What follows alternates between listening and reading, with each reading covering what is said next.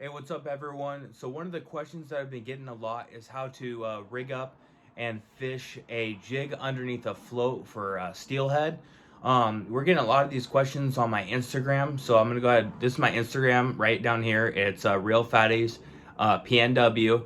So go follow us. But one of the questions that we've been getting a lot is, how to fish this jig underneath the float. So what I want to do today is I want to show you guys how to properly set up a jig for underneath the float. And then our next video is actually going to be going down to the river and showing you guys how to float the jig underneath the float. And I'm going to show you guys go through the whole process of how to actually properly fish that and reading the water and everything. But the first video, which we're going to get into right now, is how to properly rig up and set everything up for fishing a jig underneath a float.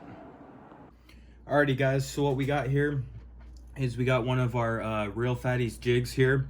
I'll put the link in the description. We have lots of different colors. So what we got here is, this is for demonstration purposes only. This is our leader line, and this is high vis line. So what I would use for line is I would usually use some sort of mono that's about 8 pound or so. That's pretty good.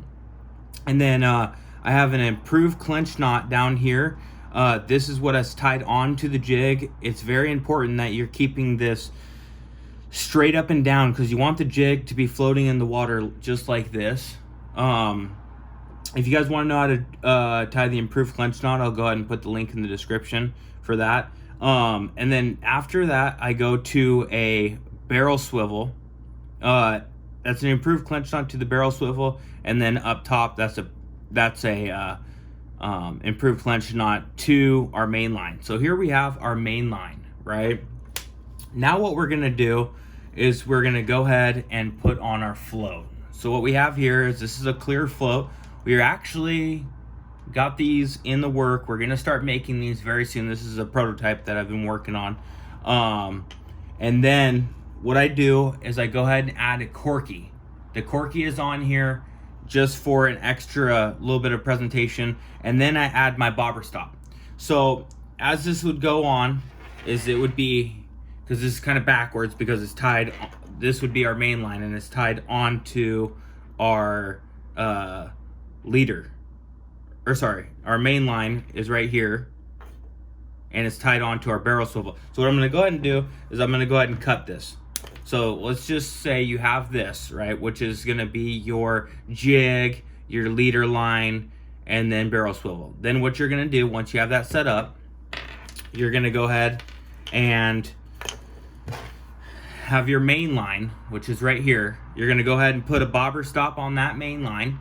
Then you're gonna go ahead and add a corky for visibility purposes up the main line, and then you're gonna add your float, just like this, up your line. Then what you're gonna go ahead and do is tie this end to your barrel swivel right here. So I hope this guy helps you guys figure out how to set everything up for fishing a jig. My next video is, like I was saying earlier, is gonna be how to actually fish this. But yeah, so we have lots and lots of new colors and stuff like that of steelhead jigs, or just regular jigs for you to put worms on our website. So I'll put the link in the description. If you have any questions, go ahead and shoot me an email at reelphatties@gmail.com, and I'll try to get back to you as quick as I can, or message me on Instagram. Instagram, you'll probably get me a little bit quicker. All right, hope you guys like this and hope this helps you out.